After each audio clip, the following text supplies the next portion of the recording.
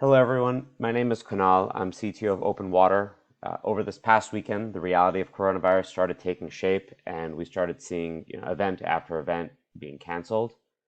Some of our customers reached out, and over the weekend, I had a brainstorming session, and we thought about how we could quickly take these virtual events, rather these physical events, and turn them virtual on very short notice.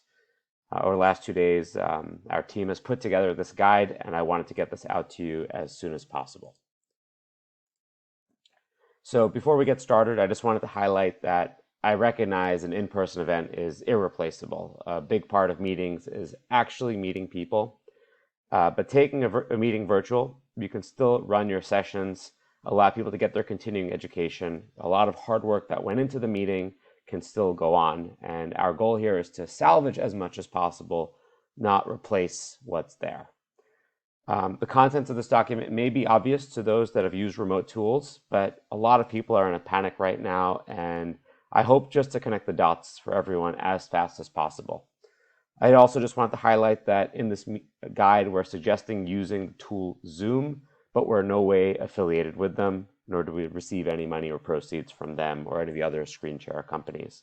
Zoom, GoToMeeting, Google Hangouts, they're all offering free or significantly discounted versions of their software during this tough time. All right, let's look at a typical meeting. So a typical meeting has a bunch of reception or networking type events like breakfast or like lunch or after work happy hours. And in addition to that, we have a big keynote, which everyone participates in, and a variety of breakout sessions. So the guide here is to discuss the mechanics of the keynotes and the breakout sessions.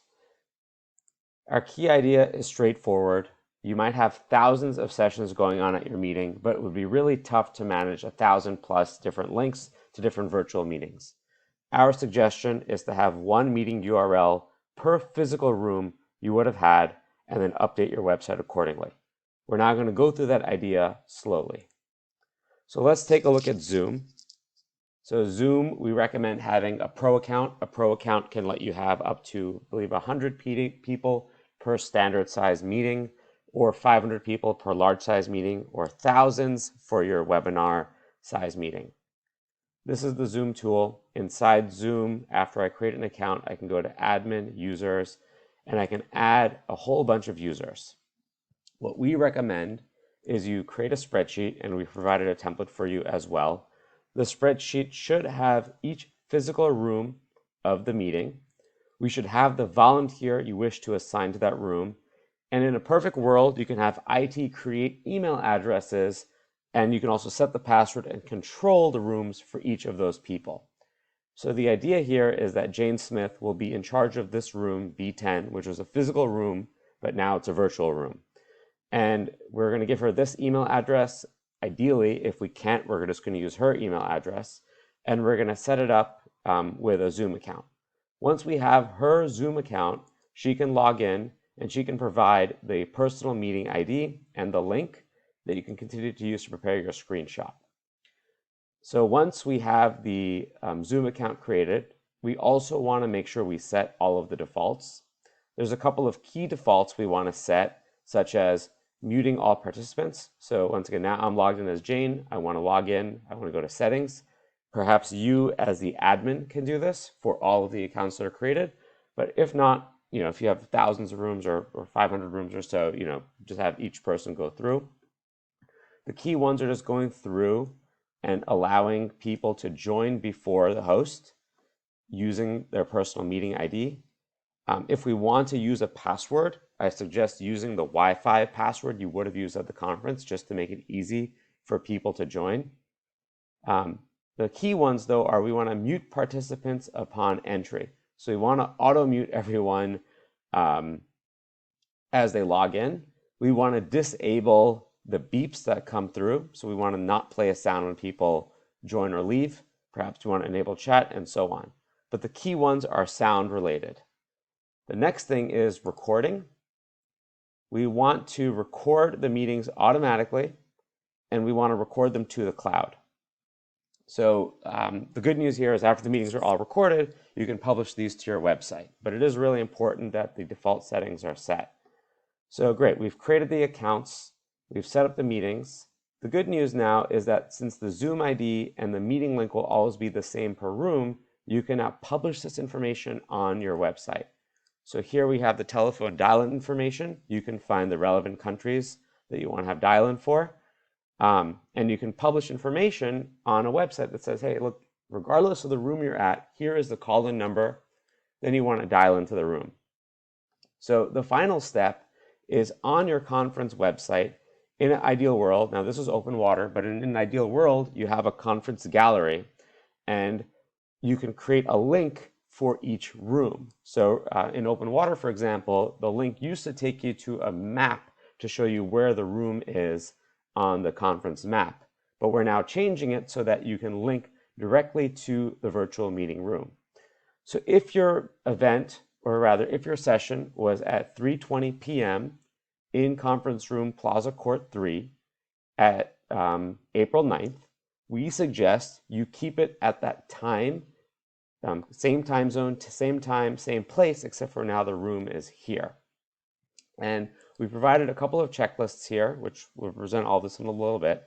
But here you create the user account per room, you set up the defaults, you prepare the spreadsheet, you update your conference website, and now you have a couple of guides you want to put out. So one is the guide per Zoom or room volunteer. You want each of them to make sure that they can set up Zoom. Then you want volunteers to pair with each other to test their Zoom accounts, test creating a meeting, test muting and unmuting people, and testing passing the presenter role around. So a few days before the conference, all volunteers should test that they make sure they know how to use the tools. The speakers themselves should immediately test and make sure they have their software ready on hand. And then 15 minutes before their scheduled session, they should be doing a sound check with the speaker. I also suggest you have a guide for super volunteers who can help speakers find their room quickly. So if you're unable to update your conference website to show, the button exactly where the room is, you can still basically put a copy of this spreadsheet, maybe not with all of the information, but with part of the information to help people find that information, and also have a designated set of volunteers to help with that. And then for attendees, it should literally be just as easy as, hey, at that start time, click this link to activate your session. Some meeting software, such as OpenWater, allows you to have an add to Google Calendar or add to Outlook Calendar. So, using that plus having the room link could help as well. So that summarizes the guide. I'll just quickly flip through the slides just to make sure we covered everything. But I hope that that 5 minutes really put you onto the right track of turning your physical meeting to virtual. So as I said, we want to map the physical rooms to virtual rooms using the sheet template. We want to create the Zoom accounts using ideally email addresses that are provided by your IT. For Zoom itself, we have licensed accounts, which allow for larger meetings, an add-on called Large Meeting to allow for, I believe, up to 500 people per room, and then Webinar, which allows, I believe, up to 1,000 or even more. You probably need mostly just regular accounts with a handful of Large Meeting and a handful of Webinar accounts. There is a free and basic tier, but I don't believe it allows for recording to the cloud, and it limits meetings to 40 minutes. So probably just worth paying for a month. It might cost you, for 100 rooms, it might cost you up to $5,000 for that 1 month. Then you can cancel after or downgrade after. You can also push them for preferential pricing. We heard GoToMeeting is offering free licenses at the time, so is Google Hangouts. So definitely push these companies against each other to get the best pricing, but really this guide is about what we believe is the best tool and the best process. So here, once you're logged in, you get the meeting link. We masked it out here. I showed it in the other screens here, that they'll be here and here once you're logged in.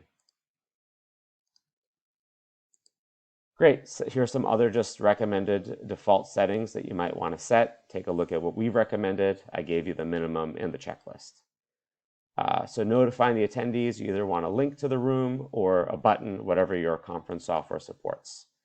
Notifying them, Ideally, we once again suggest not changing the time, not changing the room, just making it really easy.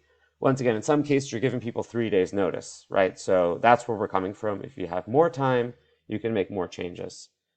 A lot of airlines have published their refund policies, so we recommend researching that and including that for your participants. So I covered the critical things to speak with for the volunteers and the actual speakers. One idea, by the way, for sponsors, so OpenWater, of course, is typically a sponsor at these events, and we're hurt pretty hard, right? We love meeting our customers at these events. We're unable to meet them. So just some ideas we came up with in our brainstorming were taking your set of sponsors, dividing them over the number of sessions. So let's say you have 1,000 sessions, 30 sponsors. Maybe each sponsor can get 30 sessions that they're allowed a 2-minute intro at each of those sessions. Maybe they only get 10 and they have to pick and choose. You guys decide. Also allowing sponsors to have a dedicated session and a dedicated time that people could click through. So maybe during that lunch block, hey, here are the sponsors we have during lunch. Click on their links. That way, whoever you want to join, you can pick and choose to join those. Allowing sponsors to poll, maybe have a poll at the beginning, would also be something high value you can do. That way it's limited to 1 or 2 minutes. And also you let your audience know that, hey, we are letting our sponsors do this because we're getting rid of their big exhibit hall. So, please allow them the 2 minutes. Please be there for it. Make this high value. All right, well, thanks a lot. I hope this guide was helpful. Once again, it might be obvious for some of you, but for others, it might have connected the dots. And the goal here is really to connect the dots. We do not have online meeting software. We really have the collection of the abstracts, and we have the Program Book mobile app. So a lot of our customers are impacted, but sadly, we can't be the front door to helping you fix what you need to do. But we hope this guide puts you in the right direction towards actually running your meeting. All right, good luck, everyone. Take care.